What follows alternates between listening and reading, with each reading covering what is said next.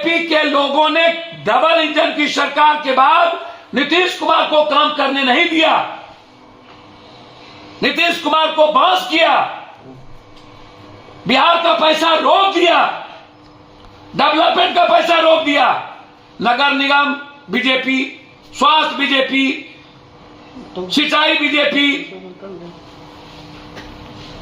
Sir सवाल अभी भी बाद में ये आ रहा है कि मुसलमान समाज के लेके क्यों बातें उठ रही है? अब्दुल बारिक सिद्दीकी तो साफ कह रहे हैं कि भारत में जो मुसलमान है, सर देखिए, अब्दुल बारिक सिद्दीकी साहब, आप कितना पहले आप ऐसे सुनिए, अब्दुल बारिक सिद्दीकी साहब को हम शुरू करते हैं काला पानी से। वो जाके लिस्ट पढ़ ले मुसलमानों को कितनी काला पानी की सजा हुई है, पहले वो लिस्ट देख ले।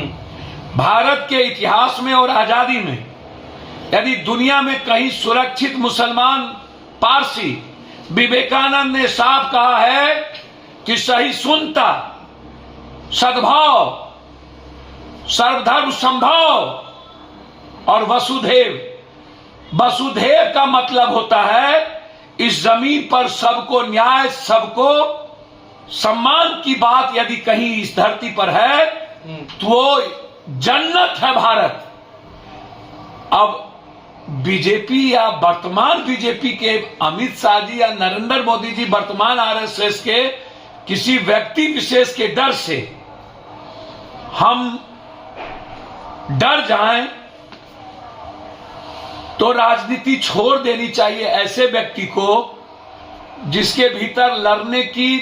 पहले तो हम अब्दुल बारिक सिद्दीकी साहब से आग्रह करेंगे, यदि यात्रा की शुरुआत कभी देखिएगा अब्दुल बारिक सिद्दीकी साहब, तो विदेशों में जितनी यात्रा हुई ना उसमें मोहम्मद साहब मक्का से मदीना यात्रा किए थे। और अब्दुल हमीद को जब पाकिस्तान का लेफ्टिनेंट गवर्नर बनाने की बात आई तो उन्होंने कहा भारत का सिपाही रहना मंजूर है, पाकिस्तान का नहीं। तीसरी चीज, जब बंटवारे का सवाल आया था तो हिंदुस्तान में रहने के लिए मुसलमान तैयार हुए, पाकिस्तान जाने को नहीं। चौथी चीज, जिन्ना मुस्लिम लीग जब युद्ध का ऐलान किया था, लड़ने का बाइफर्केशन, तो सबसे ज्यादा मुस्लिम प्रांत बंगाल ने जिन्ना को भगा दिया था। कहा था मैं भारतीय हूं और हमारी कुर्बानी भारत के लिए हुई है, हमारी जमीन है, हमारे बाप दादा नान। अब्दुल बारिक सिद्दीकी साहब से क्या हम मुट्ठी भर नफरत करने वाले लोगों से डर जाएं? क्या हिंदुस्तान की आजादी में जिस मुसलमानों की, जिस दलितों की कुर्बानी हुई है, क्या हम ऐसे लोगों के कारण, हाँ ये बात सही है, बिल्कुल सही है कि हमारे बच्चे चाहे वो कोई हो, जो हालात नफरत के हैं, सिर्फ हिंदू मियां हिंदू मियां हिंदू मियां हिंदू मियां हिंदू मियां, इसके अलावे हिंदुस्तान में बीजेपी कोई दूसरी बात नहीं करता, चाहे पटना के मेयर में हो, चाहे बड़े लेवल पर हो। बीजेपी हमेशा नफरत का आधार को चुनती है। उसमें उनका कहना था, हमने अपने बच्चों को कहा है कि वहीं पढ़े लिखे हो तो आप वर्तमान जो माहौल है उसमें वहीं रह जाना पसंद है। लेकिन ऐसी बात एक सर्वोच्च लीडर, जहां पर इस हिंदुस्तान में नेहरू, गांधी, जिस हिंदुस्तान में सरदार पटेल, बाबा साहब अंबेडकर, जिस हिंदुस्तान में रामायण की रचना करने वाला वाल्मीकि, जिस हिंदुस्तान में जन्म लेने वाला और मरने वाला सबसे बड़ी ताकत डोम तिरस्कृत है, क्या वो भाग गए? ओ अब्दुल बारिक सिद्दीकी साहब, चमाइन पप्पू यादव के बाप को चमाइन ने निकाला और सबसे ज्यादा तिरस्कार चमाइन है, क्या छोड़ दिया भारत? मृत्यु के वक्त डोम के पानी की जरूरत होती है, सबसे ज्यादा तिरस्कार, क्या छोड़ दिया भारत? जल जंगल जमीन के लिए लड़ने वाला आदिवासी बिरसा मुंडा, 9.5 करोड़ आदिवासी आज तिरस्कृत है, क्या छोड़ दिया भारत? जब डोम लड़ा, वाल्मीकि लड़ा, जब राम लड़ा, जब आदिवासी लड़ा, आप फिर हिम्मत हारोगे और इस तरह की भाषा का प्रयोग करोगे तो इन मुट्ठी भर लोगों को नफरत पैदा करने का रास्ता तय होता है। इसलिए हमें बचना चाहिए ऐसे किसी भी शब्दों से जो बीजेपी के लिए कोई नई पॉलिटिकल एजेंडा बन जाए। अब समझिए,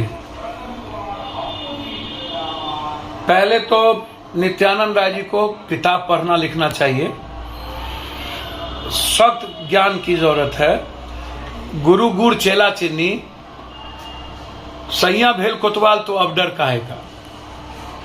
ये लोग बड़ों के बाप हैं, कनियों के बाप हैं। नीतीश जी ऊंट बैठियो जाता है ना नित्यानंद जी, तो गधा से ऊंचा होता है।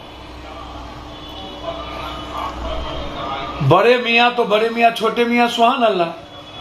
पहले वो बताए ना कि प्रधानमंत्री और गृह मंत्री जी कई क्लास पढ़े लिखे, 6 क्लास, 8 क्लास, 4 क्लास। और ये बताएं कि जितेंद्र प्रसाद ने सदन में कहा कि राम पुल, राम सेतु कहीं था ही नहीं, है ही नहीं। जब मनमोहन सिंह जी ने यह बात कही थी तो हिंदू विरोधी कह दिया, और जब बीजेपी ने यह बात सदन में कही है तो हम पूछना चाहेंगे कि अब हिंदू विरोधी या तुष्टीकरण का सवाल कहां पर है। दूसरा, तीसरा, नरेंद्र मोदी जी से पहले उसको पूछना चाहिए कि महबूबा मुफ्ती के साथ गठबंधन इतने बड़े पाकिस्तानी या इतने बड़े अलग फ्रंट लेने वाले, तुष्टीकरण की राजनीति महबूबा मुफ्ती करने वाले, उसके साथ इन्होंने बीजेपी ने सरकार बनाई। आरजेडी के साथ बीजेपी ने सरकार बनाई थी, केंद्र में अटल जी के साथ बीजेपी ने सरकार बनाई थी, ममता जी के साथ बीजेपी ने सरकार बनाई थी, उसको भी कह रहा था ये मुस्लिम विरोधी। बीजेपी आई ही पूरे देश में बीजेपी राजद अन्य लोगों के साथ सरकार बना करके। हम जानना यह चाहेंगे तो कांग्रेस से अलग करके तुष्टीकरण की राजनीति कौन कर रहा है।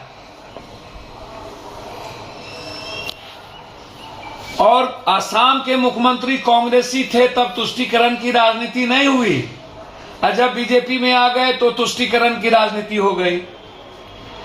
हम नित्यानंद राय जी से जानना चाहेंगे कि कभी अंडमान निकोबार में जो शहीद हुए थे, जिनको काला पानी दे दिया गया, कभी 42 बिहारियों के बारे में जाने हैं? सबसे ज्यादा अंडमान निकोबार में काला पानी में मरने वालों की संख्या भारत में या तो आदिवासी की है, दलित की है, मुसलमान की है, ब्राह्मण की है, सिर्फ मलाह की है। और उसमें 42 भारत के लोग हैं, बिहार के लोग हैं। चौथी चीज, पहले वो यह जाने समझे कि हिंदुस्तान में 60%, लगभग 55, 56, 57, 58% जो वोट है वो एंटी बीजेपी गठबंधन को वोट है।